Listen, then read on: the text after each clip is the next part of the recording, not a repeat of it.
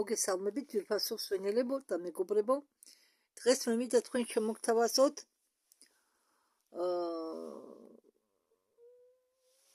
მთვარის საიდუმლო ისტორია, დაფარული ისტორია. ეცედა მსმენელმა მთხოვა რამე მთვარეს შეგიძლიათ რომ მოყვეთო. საქმე იმაშია რომ არის ბევრი ოფიციალური ასე ვთქვათ ინფორმაცია, არის დოკუმენტალური ფილმები გადაღებული, არის გადაღებული NASA-ს ვიდეოები თუ რა გამოცდას ატარებდნენ მთვარეზე. ბევრი თქვა იმაზე რომ მთვარეზე არავინ არ ბინადრობს. დიახ, ამ ოფიციალურ ვიდეოს თუ უსმინეთ, სულ სხვა ინფორმაციას ვიღებთ. ბევრ შეთითხნილს, ბევრ ტყუილს, შეიძლება რაღაც მცირე დოზით იყოს სიმართლე. მაგრამ მე ახლა ვუსმენ მხოლოდ კონტაქტორებს და ყველასაც არა, არამედ რომლებიც ნათქვამი რეზონირებს. აი მაგალითად არის ასეთი ქალბატონი ვალერია კალცოვა, მას ეძლევა ხილვები, ის არ კურნალობს, ის არანაირ სწავლებებს არ ატარებს, ის არ კონტაქტობს არავისთან, ის უბრალოდ გვაცდის ჩვენ ინფორმაციას თუ რა ხილვა გქონდა. მასთან კონტაქტში შემოდიან სხვადასხვა სლავენური ღმერთები და სხვათა შორის ამ ქალბატონის ვიდეოდან გავიგე მე თურმე სვანები არიან ჰიპერბორეელების შთამომავლები. დიახ, მე ვეძებ ეს ვიდეო რომ თქვენთვის გადამეთარგმნა, მაგრამ ვერ მივაგინე ჯერჯერობით. და ახლა შემთხვევით, როდესაც მთვარეზე ვეძებდი ინფორმაციას, წავაწყდი ამ ქალბატონის ვალერია კალცოვას ვიდეოს, სადაც ის ყვება მთვარის საიდუმლო ისტორიაზე. თუ რა არის ფარული, საერთოდ დაფარული ჩვენთვის და იცით რა, ამ ქალბატონის ამბობი, როდესაც მე შევადარებ და ხოცად ხო ვუსმენ მე და შემდეგ დასკვნას ვაკეთებ თუ რომელი ნათქვამი არის სწორი, რომელი ტყუილი, ან საქმე იმაშია რომ ზოგჯერ კონტაქტორები აწვდიან კი ინფორმაციას, მაგრამ ზოგჯერ კონტაქტორები ვერ გებულობენ სწორად. მე თქვენ მაგალითის კი მოგიყვანეთ, არის ასეთი არხი კაციოპია, რომლის წამყვანია ირინა პოდოროვა და მაქსიმი ეხმარება და მაგათთან იყვნენ ადრე მამაკაცი და ქალის სახელებს არ დავასახელებ, იგენი გამოეყონ, უბრალოდ სახელები, მარტო ქალის სახელი მახსოვს, ეს მარინა და მეორეს არ მახსოვს რა ერქვა. მამაკაც ისინი გამოეყო კასიოპიას და შექმნეს თავისი არხი ალციონი. და მე კიდევ გავაგრძელებდი ამ კასიოპიის და ამ ალციონის ამათაც უსმენდი მე, იმიტომ რომ რადგან მათ გამოეყო, ალბათ იგივე იტყვიანმეს კი, მაგრამ როდესაც შევადარე მე ამ ორი არხის ვიდეოებს, თითქოს ერთგივს ლაპარაკობდნენ, სხვადასხვა, სრულიად სხვადასხვა ინფორმაციები მოვისმინე და მაგის შემდეგ მე მივატოვე მაგათი მოსმენა. მაგრამ ეს იმას არ ნიშნავს, რომ ისინი შეიძლება რაღაცაში სწორ ინფორმაციას აწვდიან, მაგრამ საქმე იმაშია რომ მე შემთხვევით მე არ ვიცი, ახლა მე მაგას ვერ დავასუსტებ, ვერ დავამტკიცებ, ვერც ერთის ნაამბობს მე ვერ დავამტკიცებ, მაგრამ მე თქვენ რასაც გიამბობთ, ამას იმიტომ ვაკეთებ, რომ რაღაც წარმოდგენა გქონდეთ, რომ შემდეგ უკვე დასკვნებით თქვენ თვითონ გააკეთოთ. არამედ მოისმინოთ, ხო, დაიჯეროთ ის, რაც თქვენთვის უფრო ახლოს და უფრო რეზონირებს. თქვენ მეც არ დამიჯეროთ. თქვენ თავს დაუჯერეთ, თქვენ გულებს დაუჯერეთ. მეც ასე ვაკეთებდი. მე ახლაც უჯერებ მხოლოდ ჩემ გულის თმას, ჩემ რაც რეზონანსში შედის ჩემთან. და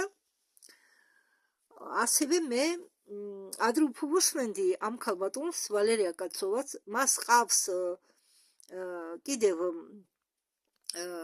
მისი საქმის გამგდელებელი პარალელურად ნაჯეფთა კუდელკინა, რომელიც კითხულობს მის ნაამბობს. ცალკე კიდე ეს არის შამბალა. ნაჯეფთა კუდელკინა კითხულობს ამას. ამ ვალერია კაცოვას ნაამბობს. ვალერია კაცოვაც გამოდის და კითხულობს. ვალერია კაცოვა ბევრ არხებზე იყო დაპატიჟებული, ბევრ არხებზე მიუწია ინტერვიუ. ძალიან განათლებული და კარგი ქალბატონი შთამომავლობა დამიტოვა. და როდესაც მე ამ ქალბატონს უსმენდი და შემდეგ მე მოვისმინე სხვა ისტორიები, სხვა კონტაქტორების მოყოლილი ისტორიები, მე რაღაცაში სრული დამთხვევა არ იყო, მაგრამ რატო ვუსმენ მე ამ ქალბატონს მაინც, თუმცა ახალი ვიდეოები მე არ მინახია ჯერ მისი, იმიტომ რომ რაღაც დოზირებული სწორი ინფორმაციას ეს ქალბატონი მაინც გვაწვდის. შეიძლება ეს ყველას გააჩნია თავისი მოყოლის მეთოდი და კიდევ ბევრი რამე სხვა. მაშინ რომ ბევრი თუ არ დავკარგო შესავალზე და არ გამიბარასეთ თქვენ შემოწმენელებო, რომ ძალიან ბევრს ლაპარაკობ, არადა ახლა ეს რომ არ მეთქვა, არაფრით არ შეიძლებოდა. მე ასე დროს პოულობ ხოლმე შანსს თქვენ გითხრათ ის თუ მე რაზე ფიქრობ. და საკმაოდ მეცნდა უფრო რეალური ისტორია მოგიყვეთ. ახლა მე თქვენ წარმოგიდგენთ, როგორც გითხარით, თუ არის საიდუმლო ისტორიას. მას დავიწყოთ. ხო, მინდა გითხრათ, რომ ეს ვიდეო ჩაწერა ნაჯეფთა კუდელკინამ 2023 წლის 9 მარტს. ძველი არის ინფორმაცია, ამაზე ვერ იტყვით, ვერც მე ვიტყვი, იმიტომ რომ ეს უბრალოდ არის მოწოდებული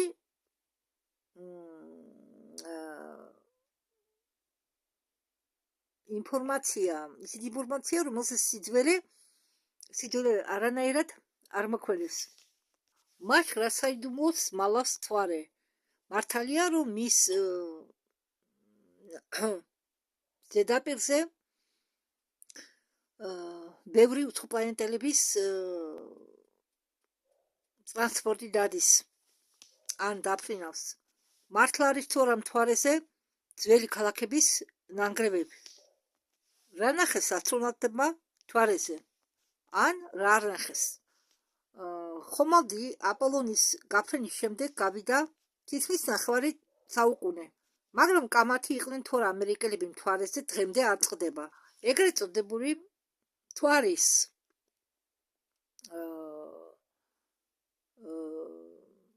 ისტორია მოიგონეს ამერიკელებმა.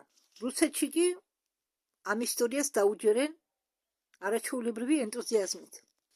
ეს კონსპიროლოგიური ისტორია რუსეთში ცხოვრებლებს ჩაუვარდათ სულში. ბევრი ფიქრობს, რომ ამერიკელებმა ფალსიფიკაცია გაუკეთეს მთვარეზე დასხდომას და ეს ყველაფერი გადაიღეს ჰოლივუდში. ავტორები ან ვიღაცის ნების ამსრულებლები არის ამერიკელი მწერალი უილიამ ჩარლზი კეისი და მან გაითქვა სახელი მისი დაწერილი წიგნის მეშვეობით სახელწოდებით ჩვენ არასდროს არ ვიყავით მთვარეზე, რომელიც ამტკიცებს, რომ 6 დასხდომა აპოლონის მთვარეზე პერიოდში 1962-დან 1972 წლებში ატარებდნენ მისტიფიკაციის ხასიათს. რუსეთში ამ კონსპიროლოგიის თეორიის პროცესი დაიწყო წიგნის ანტიაპალონი, უბრალოდ ანტიაპალონური აფიორა ამერიკისა პუბლიცისტ იური მუხინის მეშვეობით და შემდეგ ალექსანდრ გორდონის მიერ გადაღებული დოკუმენტური ფილმით მეტყოლებდა ამას. საბჭოთა კავშირში იმ ცნობილ 1969 წელს არავინ არ იჭვობდა ამერიკული ეკიპაჟის გმირობაში, მაპატიეთ გმირობას, იმდროინდელი ამერიკული ეკიპაჟის გმირობას მიიჩნევდნენ როგორც რაღაც ფანტასტიკურ საქმეთ. როდესაც ჩვენ ხებულობდით სიგნალებს თვარიდან, ჩვენ ფიქრობდით, რომ ხებულობდით ამ სიგნალებს თვარიდან. მაგრამ მინდა დავამატო, რომ სინამდვილეში მე ხარ ვიცი როგორ მაშინ ხომ მალავდნენ ინფორმაციას და სინამდვილეში თვარეზე დადიოდნენ იმ დროსაც, დადიან ახლაც და როდესაც დადიოდნენ ადრე, ეს იყო საიდუმლო კოსმოსური პროგრამების ფარგლებში. ამიტომ იყვნენ ამერიკელები მთვარეზე არ იყვნენ, მე მგონია იყვნენ. და რატომ ამბობენ რომ არ იყვნენ და რატომ უარყოფენ ამას? ეს ჩემი აზრია, მე ვკითხულობ უბრალოდ, მე თქვენ გეკითხებით. უბრალოდ ჩემ თავს უსვამ ამ კითხვას, რატომ უარყოფენ იმას რომ ისინი იყვნენ და რატომ არბობენ რომ არ იყვნენ ამერიკელები მთვარეზე. ხო, კოსმონავტი გრეჩკო ამბობს რომ ეს მთვარეზე გაფრენები გადადესო იმის შემდეგ რაც მთვარე შემოუფრინა აპოლონ მერეს ეკიპაჟმა. იმ დროს პირველი პილოტირებული ეკიპაჟის გაფრენა მთვარეზე თვალს ადევნებდა მთელი საბჭოთა კავშირის საჯაშუშო სამსახური და აგრეთვე ღებულობდნენ სიგნალებს აპოლონ 11-ის ბორტიდან. ღებულობდნენ ყველა საუბარს თუ რაც კი ხდებოდა აპოლონ 11-ზე. მასეთი მისტიფიკაციის მოწყობა ალბათ იმაზე ნაკლებ სირთულეს არ წარმოადგენს, ვიდრე ნამდვილი ექსპედიციის მომზადება და გაგზავნა. ამბობდა სხვა კოსმონავტი გიორგი ფეოტისტი.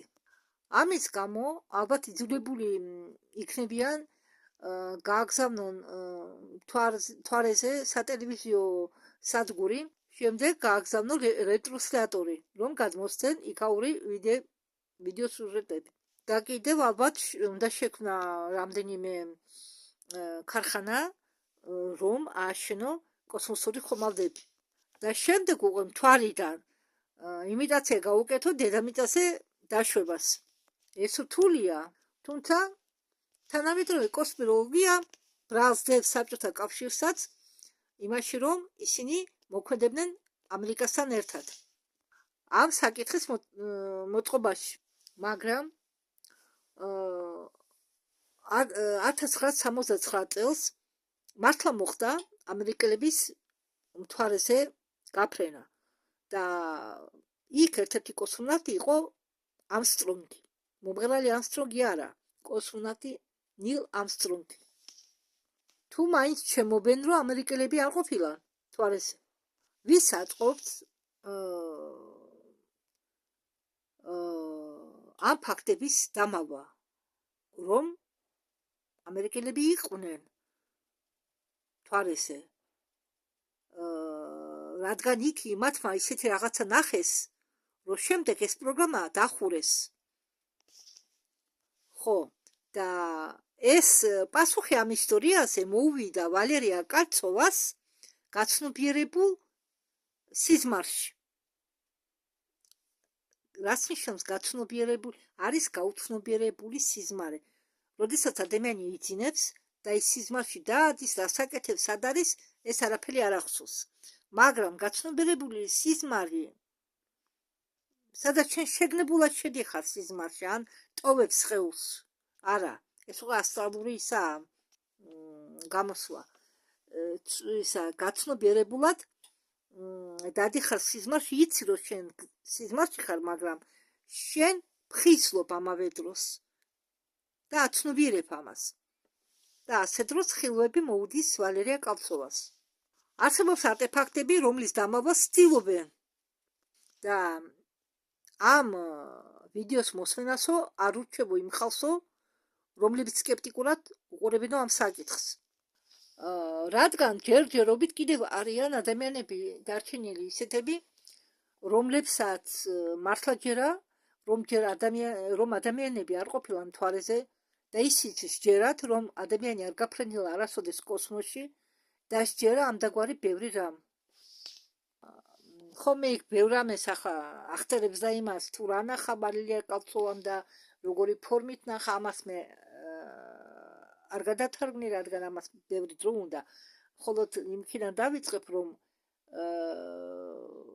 მოფრინა, ესე იგი, მოფრინავდა ქვა და სიძლიერით დაეცა მიწაზე. რასაკვირველი, ამან აატრიალა მიწის წვერი და ეს წვერი იქცა ნელ-ნელა თანდათანობით ნისლად და იწიოდა ზევით და მოისმა აფეთქების ხმა და ეს აფეთქების ხმა ეტყობა ჩემამდე მოვიდა, როგორც იქნა და მე გავიგე ოდნავ ვალერია კალცოვა ამბობს ამას, გავიგე ოდნავ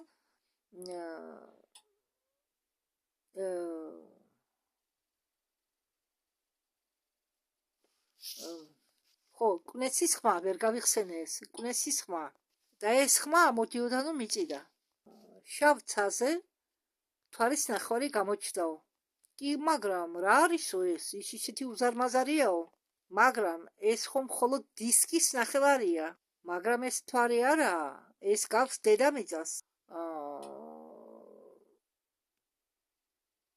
მიწის გლობუსის ნაწილს გავს, რომელიც დაფარულია ატმოსფეროს ნარჩენით. გლობუსის დანარჩენი ნაწილი ემალებოდა მთვარის ჩრდილში. მე მინდა ახლა ცოტა აგიხსნა თუ რას ნიშნავს გლობუსი. საერთოდ სიტყვა გლობუსი და ბურთი არ ნიშნავს გრალს. არა. ადრე სფეროს, იმას ბურთს და გლობუსს უწოდებდნენ სფეროს. სინამდვილეში ბურთი ნიშნავს სფეროს. სფერო კი არ არის მრგვალი. ეს ხო მოგვიანებით გადმოაკეთეს ნივთების დასახელება და მნიშვნელობა. და ამ მთვარის ტერიტორიაზე, რომელიც უდაბნოს გავს, ჩანს რაღაც შენობები, ნანგრევები ამ ნაგებობებისა, ნუ თუ ეს მთვარია.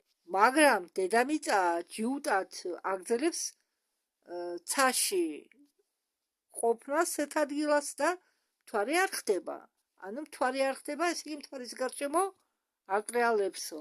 ხო და აი მივახლობდი მე ამ ნანგრევებს, მზე თითქმის არ ჩანს, ის დარჩა უკან, ჰორიზონტის უკან, მხოლოდ მოჩანს ნანგრევების ყოფილი შენობების შპილები და ეს შენობები დაფარული არიან უცნაური მტვერით და ეს ნაგებობების ჩამოგავდა მოჩვენებებს, თითქოს კედლების ლაბირინთში იხლებოდა და ქმნიდნენ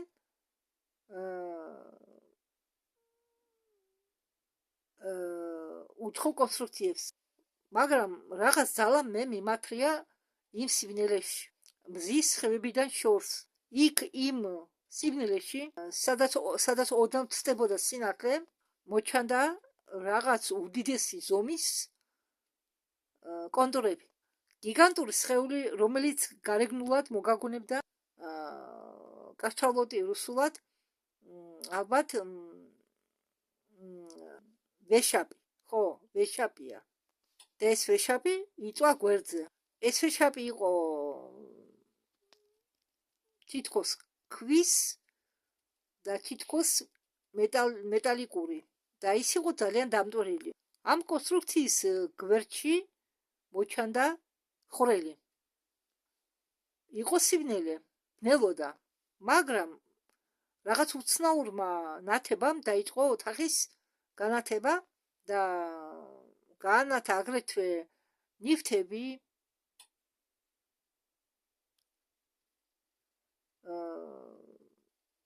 და ყველაფერი რაც კი იყო გარშემო. და უცებ ჩემ გვერდს ჩაუარა გამჭვირვალე ქალის ფიგურა, რომელსაც ეცვა მოყვანილი ტანსაცმელი.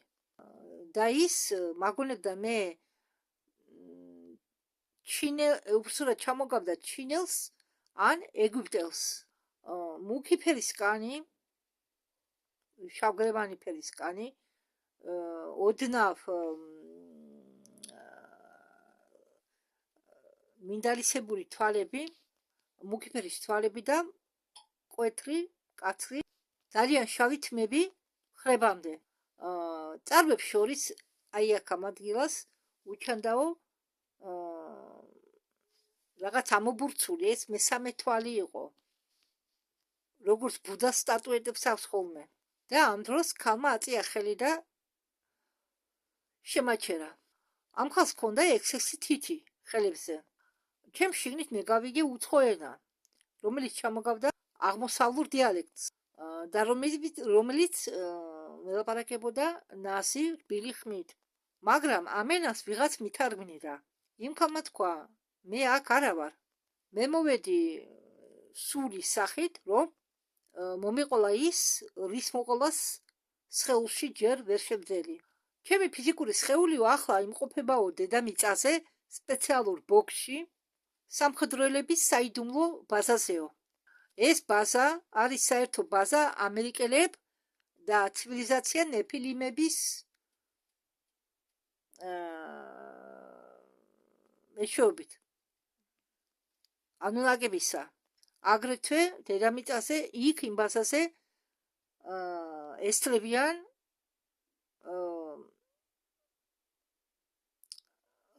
ნეფილიმების დამხმარეები, აგრეთვე ვასალები, რეტიკულები სისტემა ქსელიდან, რომლებთანაც ადამიანები გამოვიდნენ კონტაქტზე საწყისში და შემდეგ ისინი დაუკავშირდნენ ანუნაკებს. ჩემი სხეული დამალულია მიწის ქვეშ სიღრმეში, ბაზის ქვედა იარუსებში და ეს ქალი ყვება თუ როგორ აღმოჩნდა ის დედამიწაზე. თარეზე ჯერ და შემდეგ რა დაემართა და ის ყვება, რომ მე და ჩემი დამხმარეო წამოვედითო ეკიპაჟის საძებნელად. ესე იგი, სანამ ისინი წამოვიდოდნენ გამსაბრებულა მთვარეზე მათი წინა ეკიპაჟი, გუნდი და უკან არ დაბრუნებულან და ეს ქალი და მისი დამხმარე გამოყოლიათ უკან ამათ, რომ ეს ეკიპაჟი მოეძებნათ. ესე იგი, გადმოფრინდნენ მზის სისტემაში. ჩვენ ვართო კოსმოსური სისტემიდან, რომელსაც თქვენ უწოდებთ ორიონს. საშუალო ზომის არც ისე დიდი ვარსკვლავური სისტემიდანო, რომლის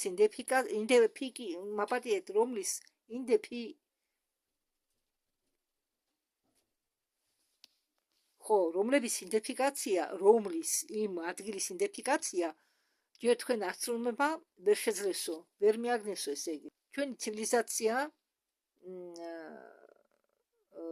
ახლო მონათესავე არისო დედამიწელებთანო, ესე იგი გაბარიან დედამიწელებს.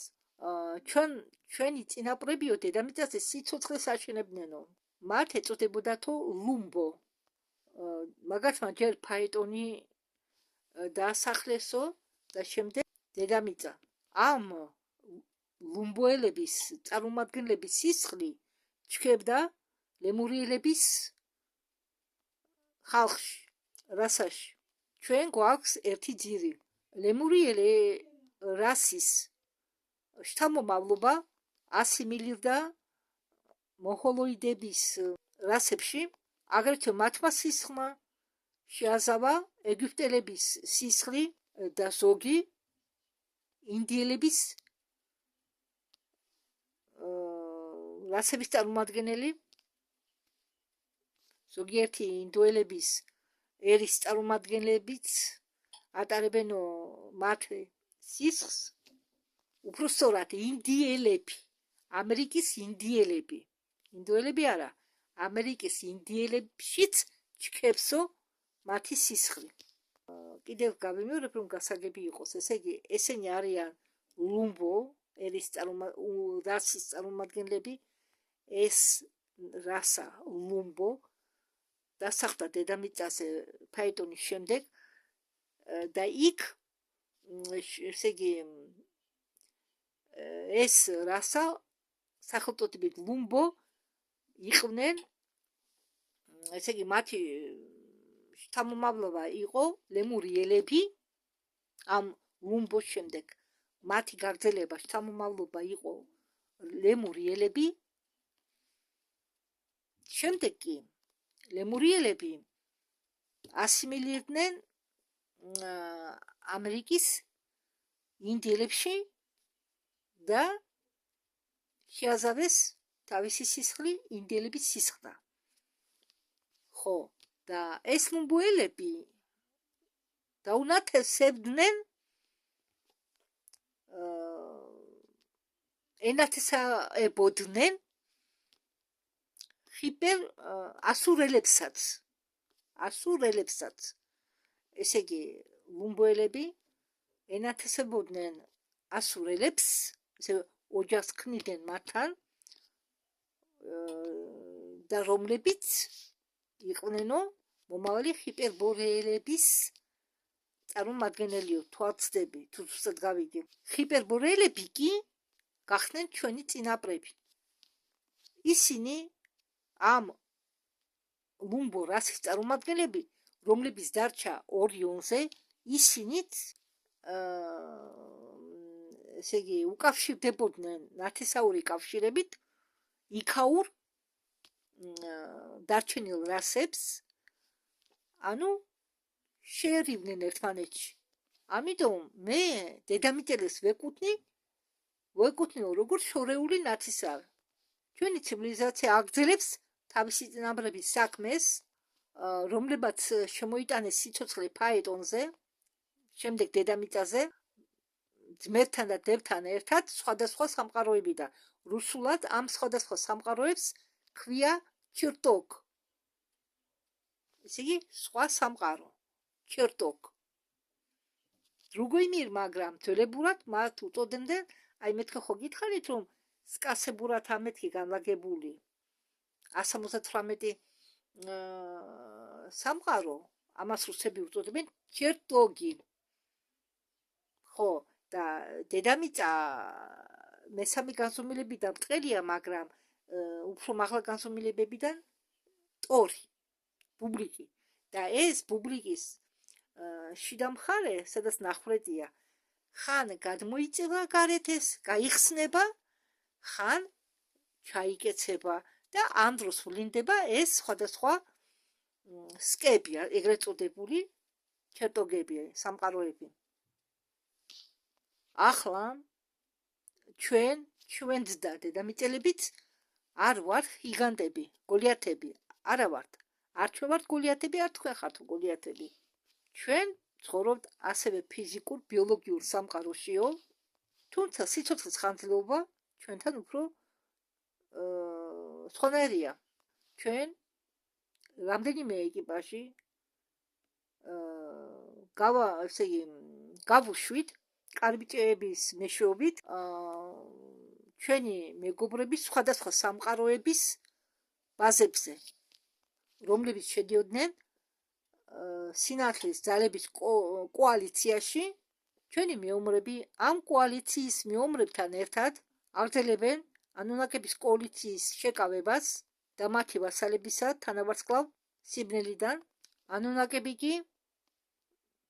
ანუნაკებს კი მონობით პირობებში ყავთ აყვანილი, წყობაში თითქმის ანტი-სამყაროს რამდენიმე ცივილიზაცია. ხო, მე ნახსენები მაქვს რომ მივიღეთ ვიდეოში, რომ არის სამყარო, არის ანტი-სამყარო. ამაზე ფილმიცაა გადაღებული, ამერიკული ფილმი. ბიჭუნა დედამიწელია, გოგონა ანტი-სამყაროდან და ერთმანეთს ხვდებიან. ეს უყურებს იმას ანტი-სამყაროს მხრიდან ბიჭი თავდაყირა კიდია, მაგრამ ბიჭის სამყაროდან გოგონა კიდია თავდაყირა.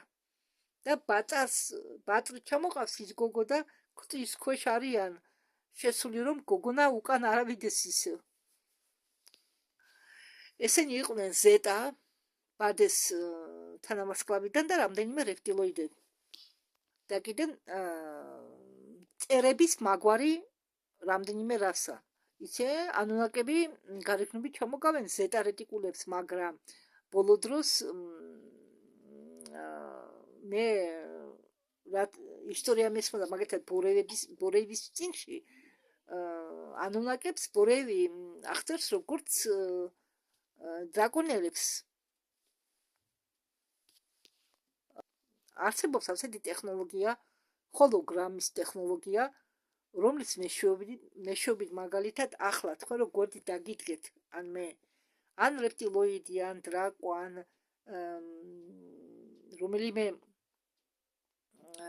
წერის მაგვარი, ჰუმანოიდი, სხვათა შორის ღვთის მლოცველებს იმდენად აქვს ინტელექტი განვითარებული, იმდენად აქვს ეს ტელეპათია და ყველა უნარები განვითარებული, ხო? ის თავს მოგაჩვენებთ ასტრონავტ ადამიანის ფორმაში, მაგრამ სინამდვილეში შეუძლია მაგეთად ჩემ წინ დადგეს, ხო? ასეთი ერთ-ერთი მიწერი.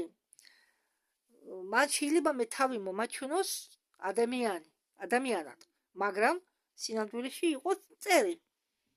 ისე მოქმედებს ადამიანის ფსიქიკაზე მათი უნარები. მათ შეუძლიათ ტვინში ადამიანს შეუცვალონ ეს ხედვითი ხედვა. თუ ხო თვალით ხედავთ, ადამიანს იმ დონემდე შეუძლია ხედვა, თვალის ხედვა შეუცვალონ, რომ ჩვენ დავინახოთ სულ სხვა, რომელიც შეიძლება რეალობა არ იყოს, მაგრამ ისინი რეალურად შეიძლება იმყოფებოდნენ ჩვენ წინაშე. და ამის შესახებ მონაყოლი აქვს პენი ბრედლის და არა მარტო პენი ბრედლის, სხვა ინსაიდერებსაც. ერთ-ერთი ჩვენი ეკიპაჟი დაიკარგა ხრელში, ჩავარდნილა შავ ხრელში, გატეხილ კარიბჭესთან. ეტყობა კარიბჭეები არ გაიღო და ამ დროს ალბათ გაჩნდა შავი ხრელი და იმ შამახრელმა შეიწოვა ეს ეკიპაჟი. ადრე კარიბჭეები კარგად მუშაობდა, მაგრამ შეიძლება ანუნაკებმა ან მათმა მოკავშირეებმა შეძლეს ამ კარიბჭეს გაფუჭება, რადგან ის კარიბჭეები იმყოფებოდა მთვარეზე, თქვენი მიწის თანამგზავრზე, როგორც თქვენ უწოდებთ თქვენ თანამგზავრს. მთვარეზე არის ძალიან ბევრი კარიბჭეები და კრისტალები, რომელსაც უკეთებენ აქტივიზაციას. პირველი კარიბჭეები იყო ჯერ კიდევ ატლანტების დროს აშენებული, რომლებაცო ააშენესო ეს მთვარე როგორც კოსმოსური ხომალდი. ხო, და ეს მთვარე აშენდა სისტემა სირიუსში, საიდანაც არიან წარმოშობით ატლანტები. მას ჭირდებოდათ კავშირი თავიანთ სამშობლოსთან, რომელიც გვდებოდა. ამიტომ მათი პირველი კარიბჭე აკავშირებდა მთვარეს მათ ძველ პლანეტასთან, ატლანტების ძველ პლანეტასთან, რომელიც ჩაყლაპა ოკეანემ. იმ ეპოქებიდან თქვენ დრომდე როგორ გითხარ, შემოინახა დრო გიგანტური გოლიათური ქალაქები მთვარის შიგ და მათი უმრავლესობა ახლა არსებობენ როგორც დარჩენილი ნანგრევები. დიდი ხანი, როდესაც ატლანტები გადმოსახდნენ მთვარედან დედამიწაზე, მთვარე ხომ ცარიელი იყო და ატლანტები მთვარეს იყენებდნენ როგორც ციხეს პატიმრებისთვის. და ეს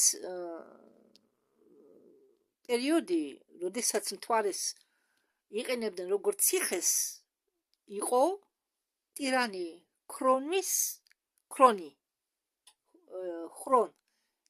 ხრონის მებობის დროს, მაგრამ ატლანტი და მისი მმართველობის დროს იყო აყვავებული ძლიერი, რომელიც თანამშრომლობდა ჰიპერბორეელებთან, ქვეყანა მუსთან, იყო ხომ ლემურია და კატაკლიზმის შემდგომ ლემურია დაინგრა და დარჩა ნაწილი და მას დაარქვეს ლემურია, ხო დარჩა ხო, მაგრამ როდესაც ქრონი მიეყიდა დედამიწის დამპყრობელებს, ანუნაკებს და მიეყიდა მათ ფიზიკური, მარადიული ცხოვრების რეცეპტის გამო, რომ ფიზიკურ სხეულში ყოფილიყო დიდხანს ეცოცხლა. ყველაფერი შეიცვალა.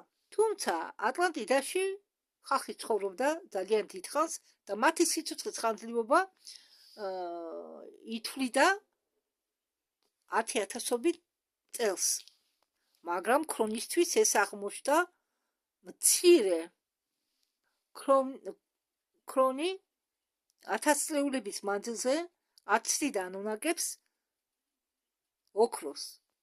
ანუნაკებს კი ეს ოქრო სჭირდებოდათ თავიანთი პლანეტა გლორიისთვის, რომელიც იყო დედამიწის მაგვარი, მაგრამ ატმოსფერო არ ვარგოდა და პლანეტა გლორიის ატმოსფეროს გადასარჩენად მათ სჭირდებოდათ ოქროს ფხნილი.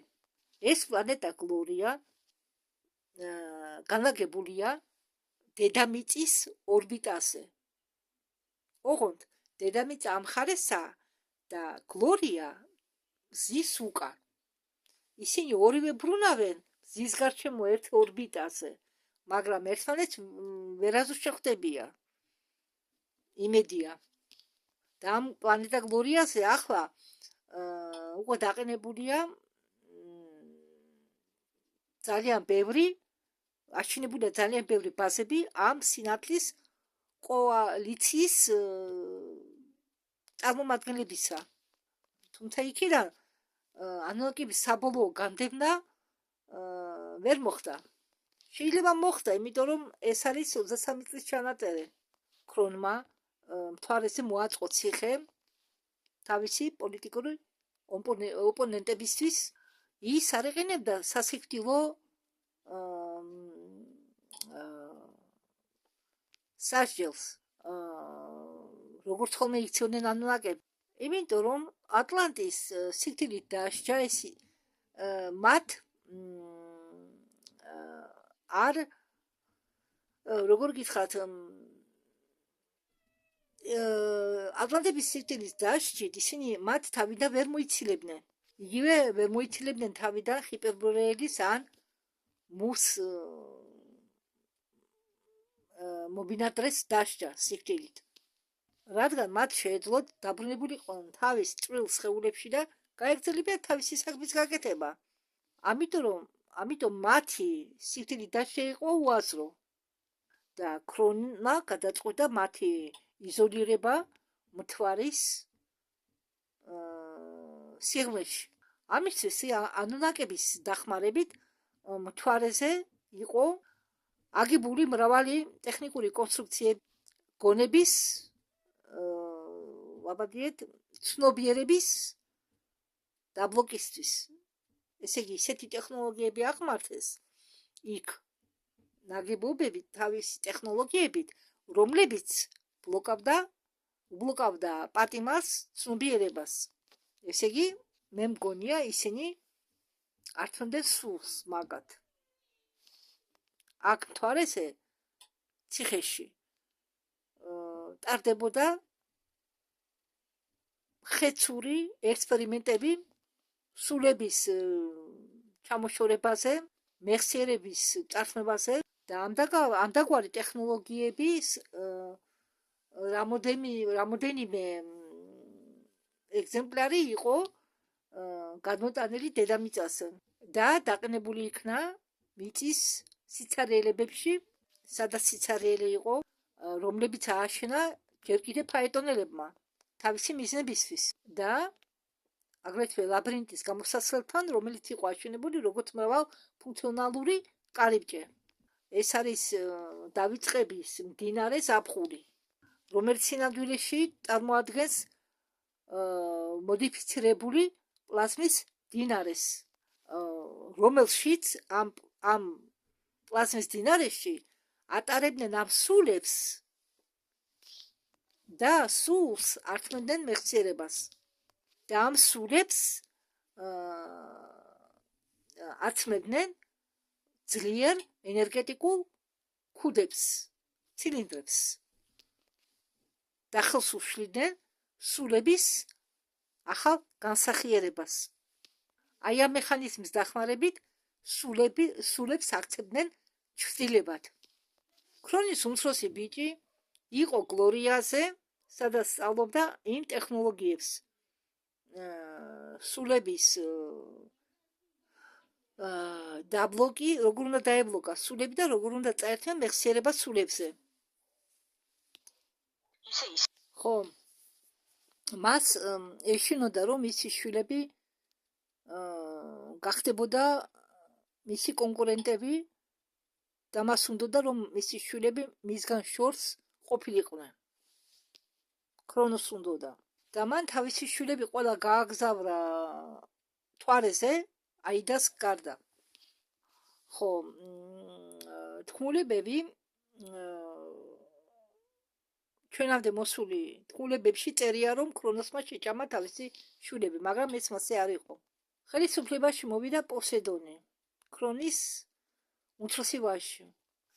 ადგილის შეცვლა მომიწია, რადგან ტელეფონი შდება და აქ შესაერთებელი მაქვს ახლოს, ამიტომ ჩემ უკან ახლა სხვა ხედი იქნება. სამწუხაროთო ის წავიდაო გაყვავ მამის ნაკვალებს და თანამშრომლობდაო ანუნაკებთან. ხო, პოსეიდონზეა საუბარი. პოსეიდონმა მამა გაუშვა ციხეში, ქრონოსის მიერ აგებულ ციხეში მთვარეზე, მაგრამ პოსეიდონის მეფობაც დასრულდა. დაიღუპა ატლანტიდა, მოხდა წარღვნა. ატლანტების ნაწილი გადარჩა მთვარეზე, მაგრამ აქ იყო მხოლოდ ციხე და იყო სიღრმეში განლაგებული ქალაქების ნანგრევები. ახალმა მობინადრეებმა დაიწყეს ძველი კრისტალების გააქტიურება, რომ შეექმნათ ატმოსფერო. მაგრამ მათ უკვე ბევრი რამე არ ახსოვდათ და თავისი ვიბრაციები დაწეული ჰქონდათ. და მათ ისე მოუწიათ ანუნაკებთან რჩევის მისვლა, ანუნაკებთან მოუწიათ რჩევის მისაღებად მისვლა, მთვარეზე გადაზიდეს ტონობით ოქრო, ატმოსფეროს შესაქმნელად და ატმოსფეროს დასამაგრებლად. რაღაც დროით აქ იყო შექმნილი ხელოვნური ატმოსფერო და რაღაც პერიოდით მთვარის ზედაპირზე გაშენდა დროებითი ქალაქები, მაგრამ მათ ვერ შეძლეს მემზიდველობის ძალის შექმნა პლანეტაზე, ისეთივესი, როგორიც იყო დედამიწაზე, რადგან მთვარის ატმოსფერო ხშირად ფრინდებოდა კოსმოსში, ვერ იკავებდნენ ატმოსფეროს, რადგან მთვარის ზედაპირზე შეუძლებელი იყო რამე მცენარეულის გამრავლება, რაც დაეხმარებოდა ატმოსფეროს, მიმაგრებულიყო მთვარეზე.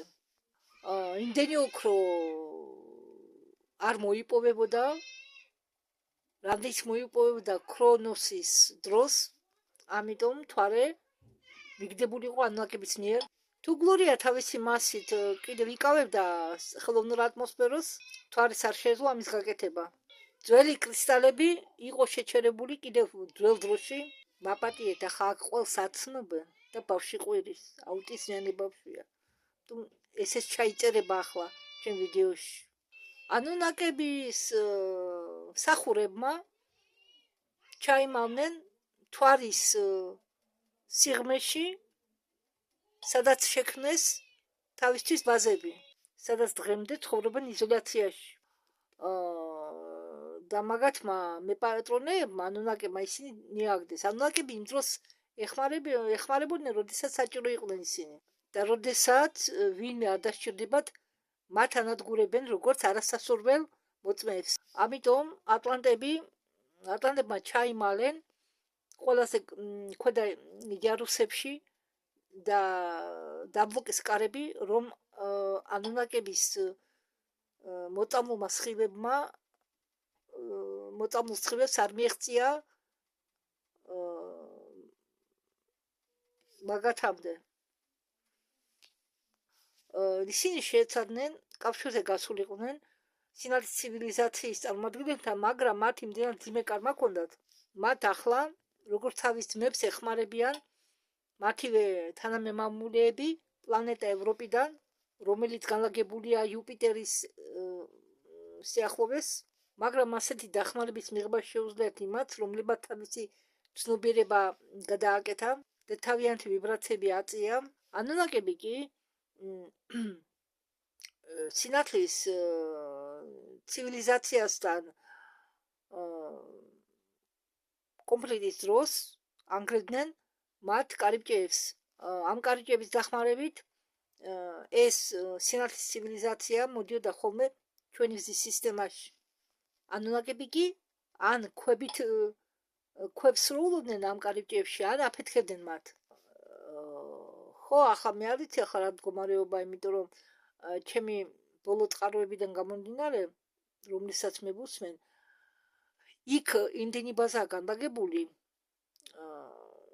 რომ ადგილი არაა, ფეხი დააბიჯო, პირდაპირ გაგებით. და ჩვენი ცივილიზაცია იმიტომ მოხდა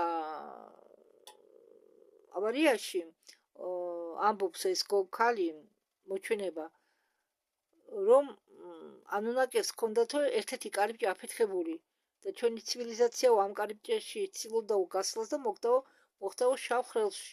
ჩვენი მონაცემებით წინა ეკიპაჟი ჩავარდა ღრმა წარსულში, შავ ხელში კი არა, წარსულში, ღრმა წარსულში. ხომ გესმით რას ნიშნავს სიტყვა ღრმა წარსული? ძველთა უძველეს დროში, უძველეს წარსულში. იმ დროს წარსულში ეს კარიბჭეები არ არსებობდა, რადგან მთვარე ემსახურებოდა ქრონს როგორც ციხე. ამიტომ, მაგრამ მე ჩემთან დამხარესთან ერთად შევძლიო ამ გატეხილი დამტრობლი კარიბჭის გავლა და მოვძებნიო ჩემი ეკიპაჟი მთვარის ციხის გარემოში. ჩვენ სხივების დახმარებითო ვიკავებდითო საჭირო ვიბრაციებს და გატეხილი კარიბჭის გარშემო და დაკარგული ხომალდი გამოვშვითო უკან. დავიხსენითო ამ მახედან, მაგრამ ჩვენ თვითონ ვერ შევძელითო გამოსვლა. კარიბჭე ჩაიკეტაო და თან ჩვენი ხელსაწყო დააზიანაო, რომელიც იკავებდაო კარიბჭის ენერგეტიკას მაღალ დონეზე. აფეთქების ტალღამ კი დააზიანაო ჩემი ხომალდი და ჩემი ხომალდი დარჩაო იმ ბოლო დროინდელ ატლანტების პერიოდში, რომლის წიაღში, ამ მთვარის წიაღში იყო დარჩენილი ერთი ციხე, სადაც იყო ამოკეტილი ქრონი, რომელიც ამოკეტა მისმა ვაჟმა პოსეიდონმა. პოსეიდონმა გაუქმა მთვარეზე გაგზავნა პატიმრებისა, იმის შემდეგ რაც იქ მთვარისციხეში ჩასვა მამა და პატიმრებს შეუცვალა ძველი სასჯელი ახალსასჯელად, რომელიც შედგებოდა პატიმრების სხვა სივრცეში გადაგდებას. ანუ აი მაგალითად ჩვენ ვცხოვრობთ ჩვენ აი ამ სივრცეში, ხო?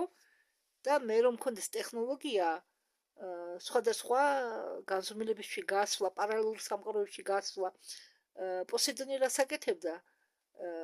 ამ ხალხს, ვინც არ იყო მისთვის სასურველი, აგდებდა სხვა სივრცეში. ან პარალელურ სამყაროში, ან წარსულში, ან კიდევ საცხა მომავალში, როგორც მოისურვებოდა.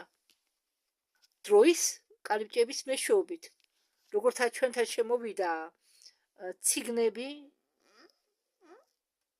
ეგრეთ წოდებული ისინი თავის თავს რომებად უწოდებენ, ასევე ჩარჩენ ჩვენთან, რა ქვია მაგათ, ებრაელები, ნამდვილი ებრაელები და ასევე ერთ-ერთი რაღაც ექსპერიმენტის დროს, რომელიც არ გამოუვიდათ, გაირღვა სივრცე და ჩვენ ტერიტორიაზე, ჩვენ სივრცეში შემოიჭრა მონღოლოიდების მთელი ტომი. მრავალრიცხოვანი ტომი. ხო, ესეც ამასავს მონაყოლი. ვალერია კალთოვას, მაგრამ ბორეევის სიგნის მიხედვით, ბორეევი ყვება თავის წინში, რომ მონღოლოიდური რასა შეიქმნა შეგნებულად. ხო, არ ვიცი ახლა, რომელია სიმართლე. თავისთავად ყველა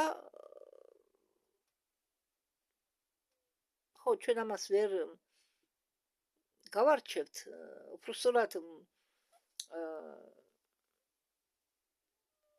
ხომ გითხარით კოლცობა ერთ ამბობს, მაგრამ ბორეევის წიგნის შინაარსზე ემთხვევა ბევრი ინსაიდერის მონაყოლი. ავარიის დროს ჩემი ხომალდი უბრალოდ ავარიის გამო ჩემი ხომალდმა გერმეტიზაცია განიცადა, ჩემი დამხმარე მოკვდა უცებ, მე შევძელი სომატის სამათხის, უბრალოდ მე შევძელი სამათხის მდგომარეობაში შესვლა, ამბობს ეს მოჩვენება ქალი და ჩემი სხეული დავტოვეო. სამათხის მდგომარეობაში სხეულს ჰაერი არ სჭირდება, ანუ სუნთქვა არ სჭირდება. არც კომფორტული ტემპერატურა აუცილებელი, არც რადიაცია საჩიში და სხვა რამე კატაკლიზმები, ხო, არც კოსმოსური გამოსხივება, ხო, და მე რომ იქ ჩავჩენილიყავიო, ჩემი სული ხო დამეტოვებინაო, მაშინ სხეული დაიღუპებოდაო. უცხეულ მდგომარეობაში ჩვენ კარიბჭეები არ გვჭირდება და საჭირო ვარჯიშების შემდეგ სულ შეუძლია კარიბჭეების გარეშე მოხდეს ნებისმიერ სამყაროში. ამიტომ მე შევძელიო თეთრი კოალიციის სადგურში მოხვედრა და მათ შევატყობინეო ავარიის შესახებ, მაგრამ სამწუხაროდო კარიბჭეები იყო დანგრეული და იმ დროის სივრცეში მოხვედრა, სადაც ჩემი ხომალდი იყო დაგდებული, არ იყო შესაძლებლობები, მოხვედრილიყავითო. მით უმეტეს იქ იმ დროს არ იყო არანაირი სადგურები კოალიციისა, არამედ არის თქვენ დღეებში. თვალესე მუშაობსო ანუნაკების გენერატორი, რომელიც ხელს უშლისო კარიბჭის გახსნასო და როდესაც თქვენ დროს იხსნებაო ეს კარიბჭეები, გარედან შეიძლება კარიბჭეებში შეიპაროს ანუნაკების და მათი ტექნოლოგიები, ანუნაკების ხომალდების და მათი ტექნოლოგიების სხვა სამყაროებში. იმისთვის რომ გაარემონტო ის კარიბჭე, უნდა გააქტიურო ძველი კრისტალები, მაგრამ იმისთვის რომ ამ კრისტალებამდე მიაღწიო, უნდა მოიცილო ანუნაკების ბაზები, რომლებიც იმუქრებიანო ყველა მნიშვნელოვანი სიმაგრეების აფეთქებითო სადაც აქვენო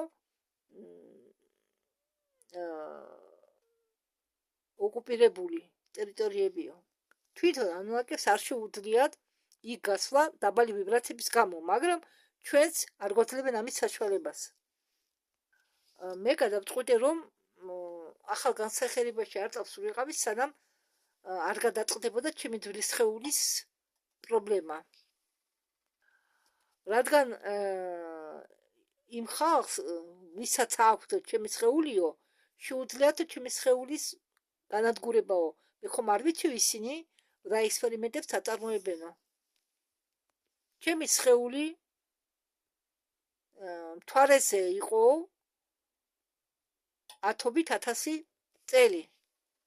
ხომალდი ეგდო უდაბნოში, სადაც ვერ ჩნდებოდა მზის სხივები. მთვარით დაინტერესებული იყვნენ კიდევ ზედა რეტიკული წარმომადგენლები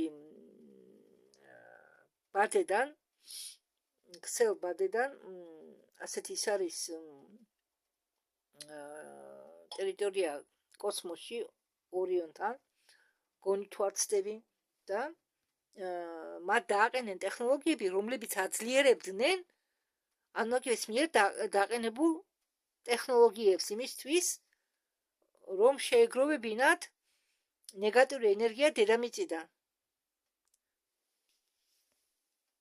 აგრეთვე ეს გენერატორები, ანუაკების გენერატორები აგზავნიდა დედამიწისკენ საჭირო ტალღებს და სიხშირეებს, რომლებსაც პროგრამირებას უკეთებდნენ ანუაკების ლაბორატორიებში. აგრეთვე რელიგიები, რომლებიც იყო დედამიწაზე, ეს იყო დაპროგრამირებული იქ ანუაკების მიერ. აი მაგალითს მოგიყვებით, ერთ მაგალით რელიგიასთან როგორ ახდენდნენ მანიპულირებას. მაგალითად მე წამიკითხავს ეს ჯერ კიდევ რამდენიმე წლის უკან, რომ იყო გამოცხადება მაგალითად ღვთისმშობელი ცაში.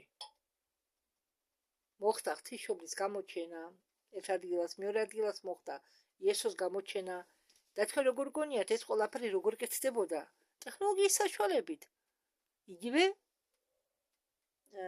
ჰოლოგრამის საშუალებით. და ხალხმა ხო ეს არ იცოდა.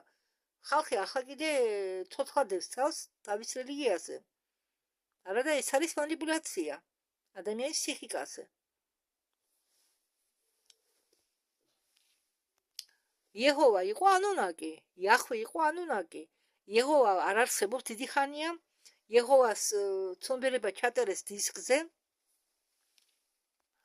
გენერატორებს შეუძლიათ არა მხოლოდ ემოციების ამოღება დედამიწიდან, არამედ შეუძლიათ ინფორმაციის ამოღება, საუბრის ამოღება. რაზეც ადამიანები ლაპარაკობენ დედამიწაზე, ეს ყველაფერი შეუძლიათ გაიგონ მთვარეზე, ამოიღონ და ჩართონ იქ და მოусმინო. იგივე მუსიკა, ნებისმიერი მუსიკა რაც ჟღერს დედამიწაზე, იჟღერება იქ. იგივე აზრები, თუ რამეს ფიქრობს ადამიანი, იქ გაიგებენ.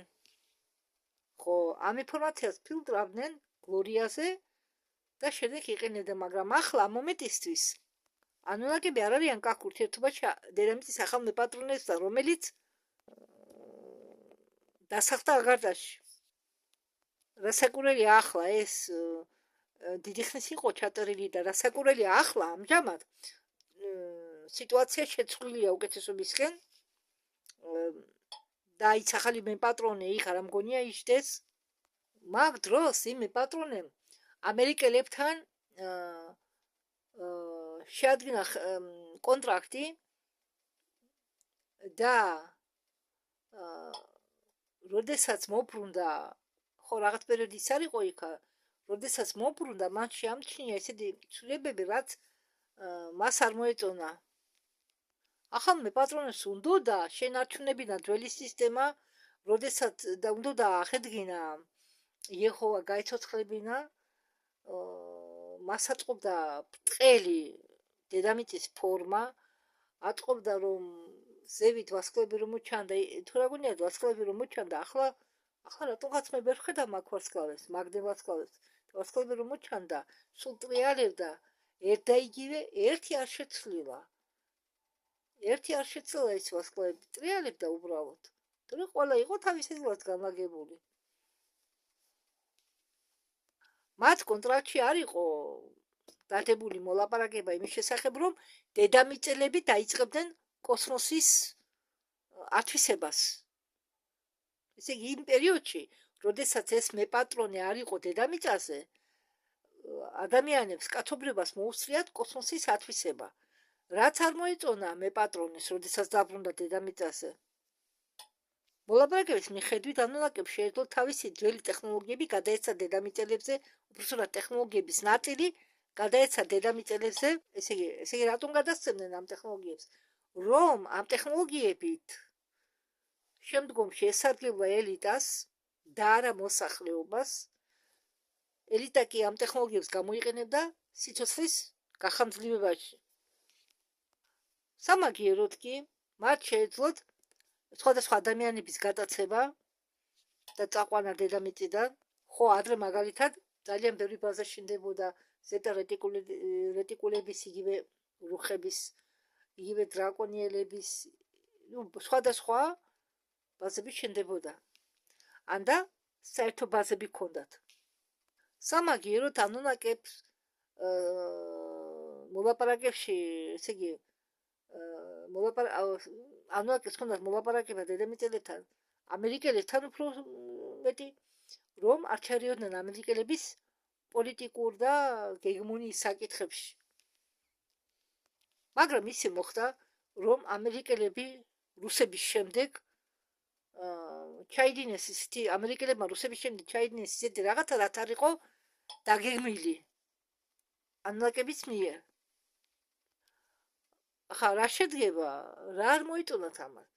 მათ იმ მოკლე ვადით, რომ არ იყვნენ დედამიწაზე რაღაც მოკლე ვადით, ამერიკელებმა რუსების შემდეგ მოასწრენ კოსმოსში გასვლა, არა მხოლოდ კოსმოსში გასვლა, არამედ მთვარემდეც კი მიაღწიეს. პატრონი დაბრუნდა 60-იან წლებში, თქვენი დროის მიხედვითო, არ იყო კი მიახლოებით 10 წელი. თქვენთვისო ეს დრო არისო, მაგრამ ანუნაკებისთვის ეს 10 წელი უდრისო 10 დღეს. მაგრამ ანუნაკის სასიხარულოდ ამერიკელებს შეეშინდათ იმ ინფორმაციის გასაჯაროვება, რომ სრული გასაჯაროვება უბრალოდ, რომ იყვნენ მთვარეზე. ამიტომ ალავდნენ ისინი. რა ინფორმაცია დამალეს ამერიკელებმა, რომ მთვარეზე იყო აღმოჩენილი ქალაქების ნანგრევები, რომ მთვარეზე იყო აღმოჩენილი ჩემი ხომალდი, რომ იყო მოძებნილი ჩემი სხეული, დამხმარე სხეული მტრად იქცა. და ის რომ მაგათმა აქ მთვარეზე გაიგეს მიწიერი ცივილიზაციის ხმები, იმ ნახევრად დამტრეული რეტრანსლატორებიდან, რომლითაც ანუნაკები იღებდნენ ინფორმაციას და ტრანსლებას უკეთებდნენ მთვარეზე, მიწიერ ხმებს, საუბრებს, მუსიკას და ასე შემდეგ. აგრეთვე ამერიკელებმა აღმოაჩინეს ლოცვები, რომელიც იყო იეჰოვას მიერ დაწერილი იმისათვის, რომ დედამიწის რელიგიები გაეკონტროლებინათ. აგრეთვე აღმოაჩინეს დაკონსერვებული ატლანტების ხმები, ფაეტონელების ხმები და სხვა ცივილიზაციების ხმებისა, რომლებსაც იქ მთვარეზე ჰქონდა თავისი ბაზები და ეს ყველაფერი იყო გასაიდუმლოებული. აპატიეთ, თეშს ამზივარ და დამცხა, ამიტომ გავწითდი. არ გეგონოთ რამე ხო ცილად მათრია თან დაბანელი ვარ და მეშინია არ გავწივდე. საერთოდ ცივა ოთახში ფეხი გაყინული მაქვს ახლა მე და მომიწევს ახლა დაწოლა, რომ ფეხები გავითქო. ელექტროლები მაქვს აგერ ჩართული. მაგრამ ანუნაკების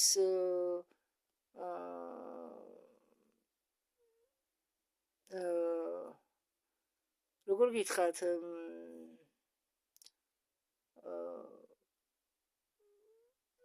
გასაბრაზებლად ამერიკელებმა კენედის სახით, კენედი, ხომ იცით იყო ასეთი პრეზიდენტი კენედი, ხო, მაგ კენედის სახით შეძლეს წრებთან მოლაპარაკება.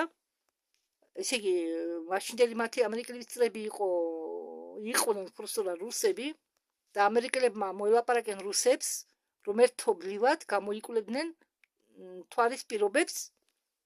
ხო, და იმ პერიოდში, როდესაც პატრონი არ იყო დედამიწაზე, მაინც ინსტინქტურად ამერიკელებმა და რუსებმა დამალეს, რომ ჰქონდათ ერთობლივი ექსპედიცია მთვარესთან ორჯერ ჰქონდათ ერთობლივი ექსპედიცია მთვარეზე, ექსპედიცია მეთქი გაფრენა მთვარეზე. აი იმ ერთობლივი გაფრენის დროს იქნა ნაპოვნი ჩემი ხომალდიო და იმ მომენტში იმ დროს გაიტანესო ჩემი სხეული. იმ დროს, როდესაც ჩემი სხეული იყო ნაპოვნი, ეს იყო აპოლონის მეოცე მისია. და ახლა წარმოიდგინეთ, დედამიწაზე ლაპარაკობენ, რომ ამერიკელები არასდროს არ იყვნენ მთვარეზე. როდესაც პატრონი დაბრუნდა, გაბრას და გაცობდა და უბრძანა ამერიკელებს ყველა მთვარესთან დაკავშირებული პროგრამები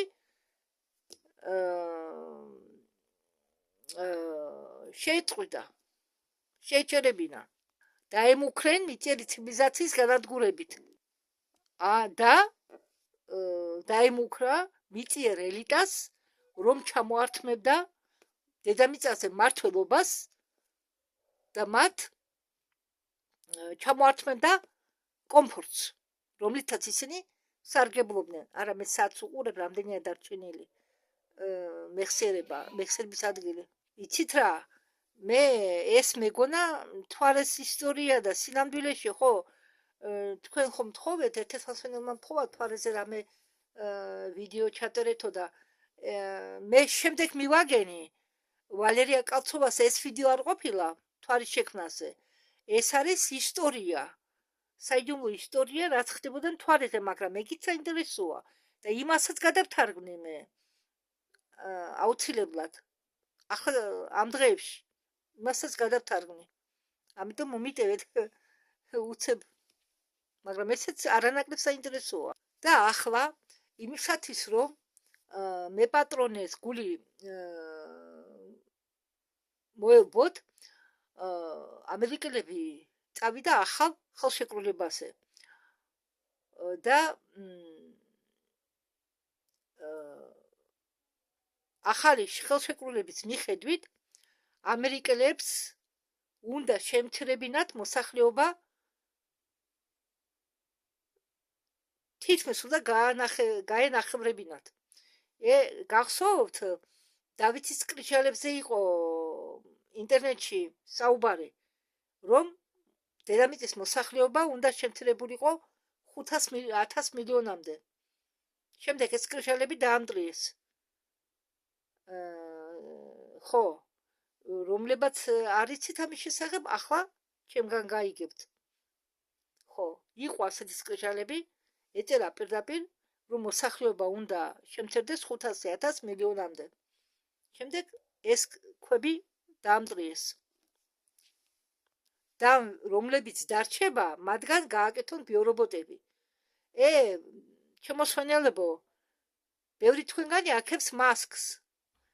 აი ამ მასკის დაბალებით უბრალოდ თავისი ვინა მისი ბატონი მე არ ვიცი, მაგრამ აი ეს მასკი ილონ მასკი ცდილობს, არის ზოგი ამბობს ვარსკვლავური თესლიაო, მაგრამ ილონ მასკი რას აკეთებს, ცდილობს რობოტიზაცია ჩაუტაროს მოსახლეობას. ხო, ერთ-ერთმა სვენელმა თქვა, რომ ილონ მასკმა თქვაო, ფული არაო საჭირო, რადგან რობოტებს ფული არ სჭირდებაო. თქვენ ილონ მასკს და ამდაგვარ ვიდეოებს ნაკლებად უსმინეთ, რომ არ ყვებოთ მათი ნეგატიური ხაზი. ჯერ ერთი რაღაც პერიოდი ფული საჭიროა, უცებ საბანკო სისტემა არ შეიცვლება, დრო მაინც დაჭირდება. კი, ეხა ალაგ-ალაგ ტერიტორიულად შეიძლება მოხდეს რაღაც ცვლილებები. არ ვიცი, თუმცა ამისგან დასხული არცეთი არ ვართ. არცეთი ქვეყანა არაა. გააჩნია ახლა, სად როგორ განვითარება მოვლენები.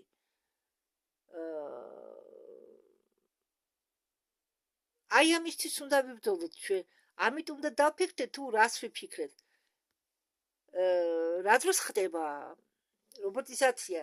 თუ ჩვენ გაჯეტებში ვარ ჩაფლული 24 საათი, 6 საათი, 6 საათს ვატარებ თამაშებში, არა, მე არ გულისხმობ მუშაობა რო ხდება, ან ახლა მე მუშაობ, მე არ თამაშობ, მე ვწერ ვიდეოს, ეს სხვა ამბავია, ან ინტერნეტით ხდება მუშაობა რაღაც, ხო? მე გულისხმობ თამაშებს. ხო, მაგალითად ბევრი ამბობს, რომ კარგია ჩიპს ჩავიდებ, მერე ადვილი იქნება გადახდა, ხო? ან კიდევ სხვადასხვა ჩიპები ახალი რომ გამოვიდეს, ჩაინერგავენ, იმიტომ რომ უნდათ რობოტიზაცია. თქვენ რობოტიზაცია არ გინდათ. ახლა 1 და 2 ადამიანი ვერაფერს გაჩნდება, მაგრამ ჩვენ უნდა გამოვიდეთ, არა, მე არავის არაფერს მოვუწოდებ, მაგრამ ის ბარათებით გადახდა რომა. ახლა ხო ხედავთ ჩვენ აიძულებენ მოსახლეობა აიღოს ელექტრონული პირადობები, ელექტრონული საპენსიო სოციალური ბარათები, რომ ხალხი მიაჩვიონ ბარათით გადახდას. მე არ მინდა. მე ვცდილობ ხელზე ავიღო ფული და წავიდე და იყიდო რაღაცა ხელზე ფულით. არ მინდა. მე არა ვარ მომხრე იმისი, რომ მე არ მჭირდება ტექნოკრატიული დროის დედამიწის დროის ხაზი. არ მჭირდება. მე მინდა პოზიტიური დედამიწის პოზიტიური დროის ხაზი, სადაც ადამიანი იქნება ჰარმონიაში ბუნებასთან. სადაც ჩვენ შევერწყმებით ბუნებას. მე არ მინდა ტექნოკრატიული გზა. მე მინდა ჰარმონიული ბუნებრივი გზა.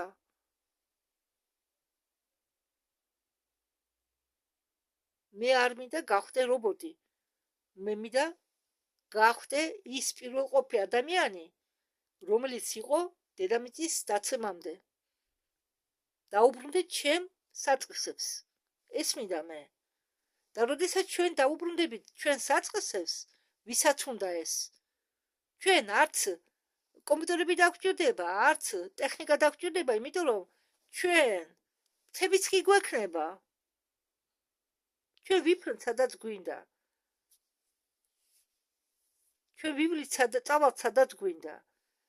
განვითარდება ტელეპათია, ტელეკომუნიკაცია, ნათელხილულობა და ასე შემდეგ და ჩვენ ტექნოლოგიები არ დაგვჭირდება ხალხო, ჩვენ თვითონ ჩვენ შევატარებთ ტექნოლოგიებს. ოღონდ ამას უნდა გამოხვიძება. როგორ ვიბრაციების აწევით. ჯერ კიდევ დევს მახეები. იმისი რომ ჩვენ ემოციურად გამოგვიყენო. არ უნდა გამოვიყენებიოთ თავი. ემოციურად არავის. იმიტომ რომ ჯერ კიდევ არიან ვამპირები ადამიანები, რომლებიც სხვისი ნეგატიური ენერგიით იკვებებიან და კარგად ზნობენ თავს. ბევრ ასეთ ადამიანს ვიცნობდი მე, ახლაც ვიცნობ. ახლაც არიან ჩემ გოდით მასეთი ადამიანები.